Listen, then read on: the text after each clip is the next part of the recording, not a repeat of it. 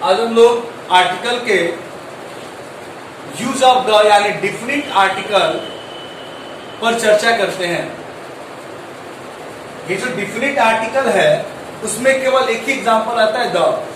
जैसा कि मैं आपको पहले वीडियो में बताया था कि द और दी में क्या डिफरेंस है, द और दी में क्या अंतर होता है, इनके उच्चारण को कैसे परहेज करके बोला जाता है। तो अब हम लोग इसके यूज के बारे में जानते हैं। तो पहला पॉइंट हम लिख रहे हैं, यूज ऑफ द का पहला पॉइंट,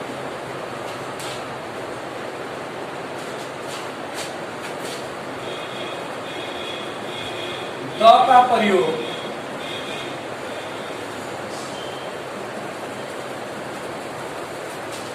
सुपरलेटिव डिग्री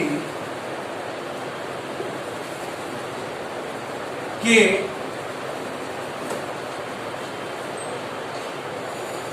एडजेक्टिव के पहले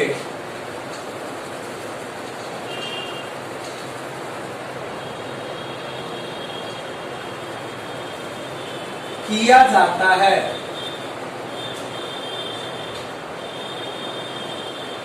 साथ ही साथ द का प्रयोग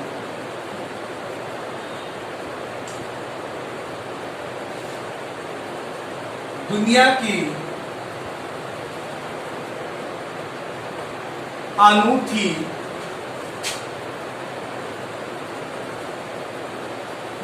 या अनोखी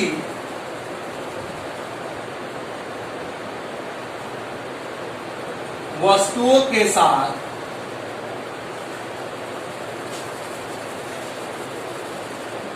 दिशाओं के नाम के पहले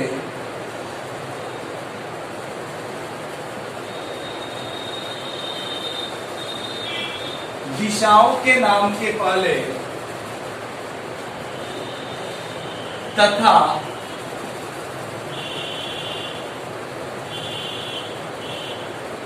धार्मिक ग्रंथ की धार्मिक ग्रंथ या धार्मिक पुस्तकों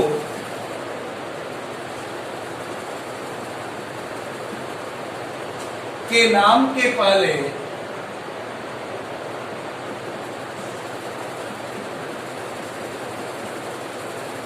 किया जाता है।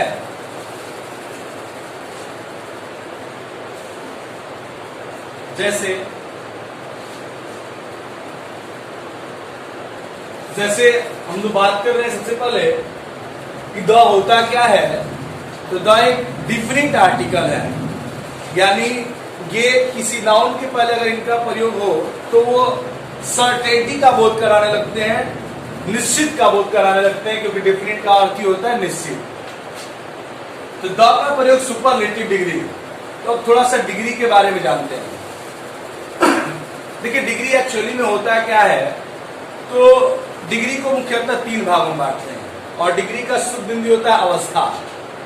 तो उसमें जो तीसरा भाग होता है उसको सुपरलेटिव डिग्री के नाम जानते हैं। ये सर्वश्रेष्ठ के लिए इसका प्रयोग करते हैं, सबसे बेहतर के लिए इसका प्रयोग करते हैं और इनका प्रयोग जो है डिग्री के तीसरे भाग के रूप में होता है। और सुपरलेटिव डिग्री में प्रयोग होने वाले एडजेक्टिव के अंत में या तो ईएसटी लगा होता है या तो शुरू में मॉस्ट लगा होता है, एमओएसटी। तो जैसे मान लीजिए कि लिखा हुआ है, जैसे मान लीजिए एग्जाम्पल में लिखा हुआ है टॉलेस्ट में ईएसटी है, तो हम लोग इसके आगे क्या लगाएंगे, द। कोई पूछेगा क्यों लगाए भाई, कोई पूछेगा क्यों लगाए, तो आप क्या बताएंगे सीधे आप यहाँ पर बताएंगे कि यहाँ पर टॉलेस्ट क्या है, हमारा सुपरलेटिव डिग्री का एडजेक्टिव है और सुपरलेटिव डिग्री के एडजेक्टिव के पहले द का प्रयोग होता है। या मान लीजिए एक और देखते हैं, द मोस्ट पॉपुलर। ये मोस्ट पॉपुलर है, ये कौन सा डिग्री है, सुपरलेटिव डिग्री का एडजेक्टिव है, इसके साथ द का प्रयोग निश्चित होगा। अब आपके मन में बात चल रही होगी कि यहाँ पर EST लगा दी, यहाँ पर मॉस लगा दी, तो जब डिग्री टॉपिक पढ़ेंगे तो उसमें क्लियर करेंगे। लेकिन अभी केवल आप इतना ही जान जाइए कि जो वर्ड होते हैं वो सिंगल सिलेबल के अगर हो, जैसे टॉल हो गया, बिग हो गया, फैट हो गया, स्मॉल हो गया, रिच हो गया, ये सब सिंगल सिलेबल के शब्द है। इसको बोलने के लिए तोड़ना नहीं है, टॉल, बिग, फैट। लेकिन जैसे ही हम लोग डबल सिलेबल या ट्रिपल सिलेबल की बात करते हैं, जैसे हैंडसम आता है, हैंडसम, इंटेलिजेंट आता है, इंटेलिजेंट, जैसे ब्यूटीफुल आता है, ब्यूटीफुल। तो ये सारे शब्द के आगे हम लोग क्या लगाते हैं, मॉस लगा के सुपरलेटिव डिग्री बनाते हैं। और जो भी सुपरलेटिव डिग्री के एडजेक्टिव होंगे उसके पहले हम लोग हमेशा द का प्रयोग करेंगे। साथ ही साथ लिखा हुआ है कि द का प्रयोग दुनिया की अनूठी वस्तुएं, जैसे नेचुरल थिंग्स में मान लेते हैं। जैसे हम लोग बात करते हैं क्या, जैसे द मून, मून मतलब चांद, द स्टार, द स्काई, तो ये कहाँ आता है, तो ये हमारे अनूठी वस्तुओं में आता है, ये यूनिक में इसका नाम आता है। उसके बाद करता है कि धार्मिक ग्रंथ की बात करते हैं, जैसे जैसे हम लोग बोलते हैं क्या, जैसे हम लोग बोलते हैं द कुरान, या हम लोग बोलते हैं द बाइबल। तो ये जो बाइबल है, कुरान है या रामायण है,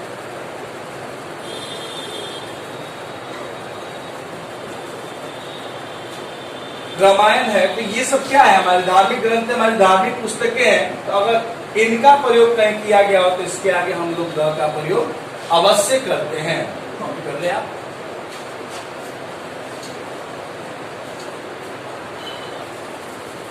सेकेंड पॉइंट में पढ़ते हम लोग कि द का प्रयोग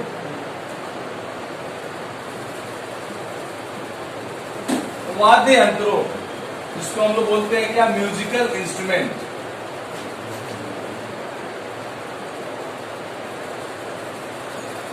द का प्रयोग म्यूजिकल इंस्ट्रूमेंट के नाम के पहले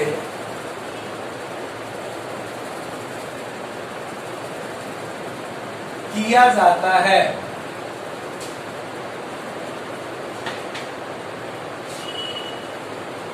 यदि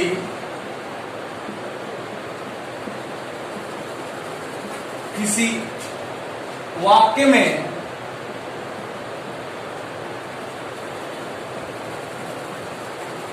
सब्जेक्ट के स्थान पर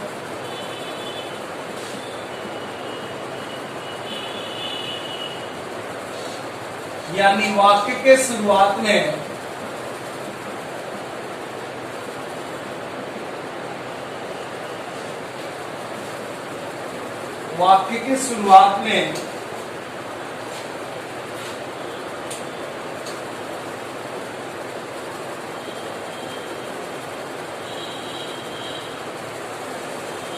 the plus adjective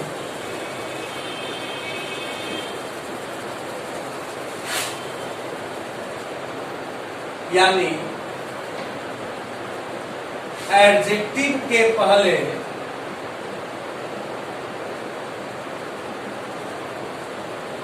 definite article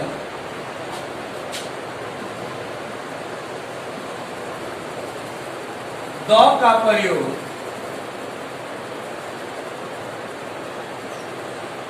किया गया हो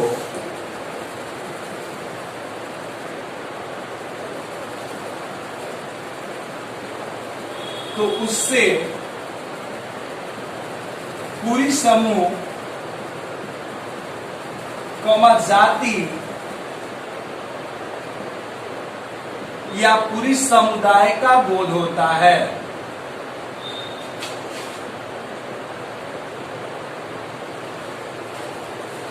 चलिए ध्यान देते हैं। जैसे लिखा हुआ है कि द का प्रयोग वाद्य यंत्रों, वाद्य यंत्र का मतलब क्या हो गया, जैसे म्यूजिकल इंस्ट्रूमेंट, जैसे बजाते हैं लोग, जैसे ढोलक, तो ढोलक के आगे द, या हम लोग वर्ड यूज करते हैं हारमोनियम, तो तो हारमोनियम के आगे द का प्रयोग होता है। ये क्या है? तो एक म्यूजिकल इंस्ट्रूमेंट है।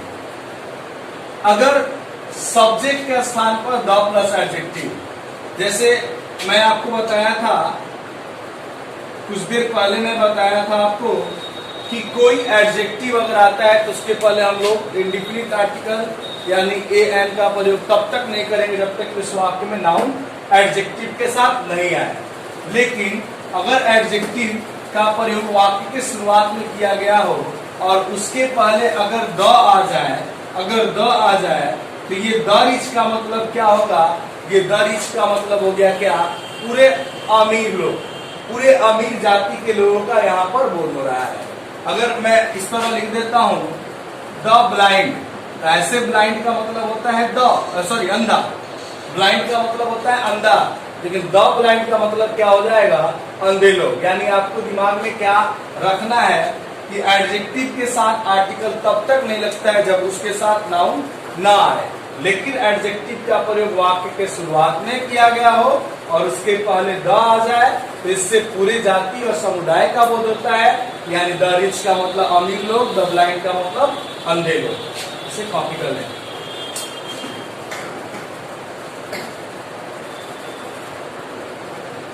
द का प्रयोग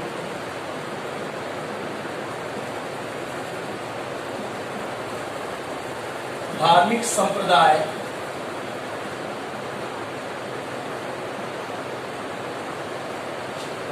राष्ट्रीयता सूचक शब्द,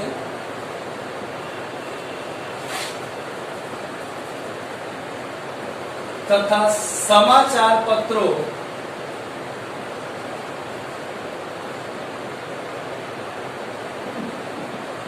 के नाम के पहले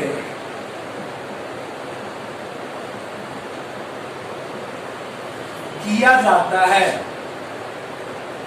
देखिए, ध्यान देंगे, जैसे धार्मिक संप्रदाय का मतलब क्या हुआ? तो जैसे हम लोग बोलते हैं, एग्जाम्पल के तौर पर मैं लिख रहा हूं, जैसे हम लोग बोलते हैं हिंदू बोलते हैं, मुस्लिम बोलते हैं, सिख बोलते हैं, तो ये सब क्या है? तो ये हमारे धार्मिक संप्रदाय हो गए। राष्ट्रीयता सूचक शब्द जैसे हम लोग बोलते हैं कहां से है भाई? तो इंडिया में रहने वाले हैं तो इनका राष्ट्रीयता क्या होगा? इंडियन। जापान में रहने वाले हैं तो जापानीज, चाइना में रहने वाले हैं तो चाइनीज। तो ये क्या हो गया? ये हमारा नेशनलिटी एक्सप्रेसिव वर्ड हो गया। और समाचार पत्रों के नाम, जैसे मान लीजिए इंग्लिश का बड़ा फेमस न्यूज़पेपर है हिंदू, या हम लोग बोलते हैं टाइम्स ऑफ इंडिया, तो ये क्या है? हमारे समाचार पत्र के नाम है। ये यूज ऑफ द का 3 पॉइंट, एक लास्ट पॉइंट आज लिखते हैं, पॉइंट 4, आप तीसरा नंबर उतार दीजिए।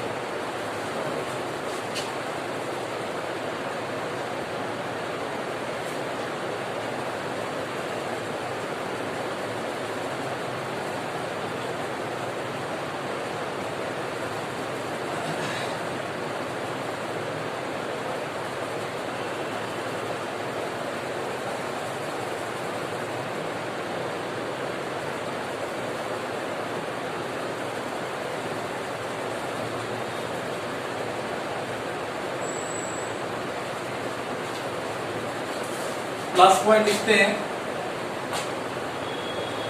द का प्रयोग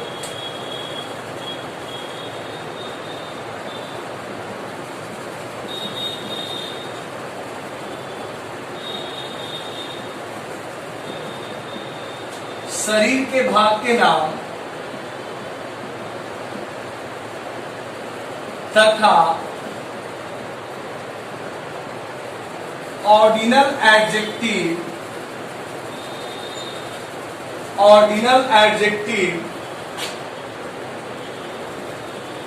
के पहले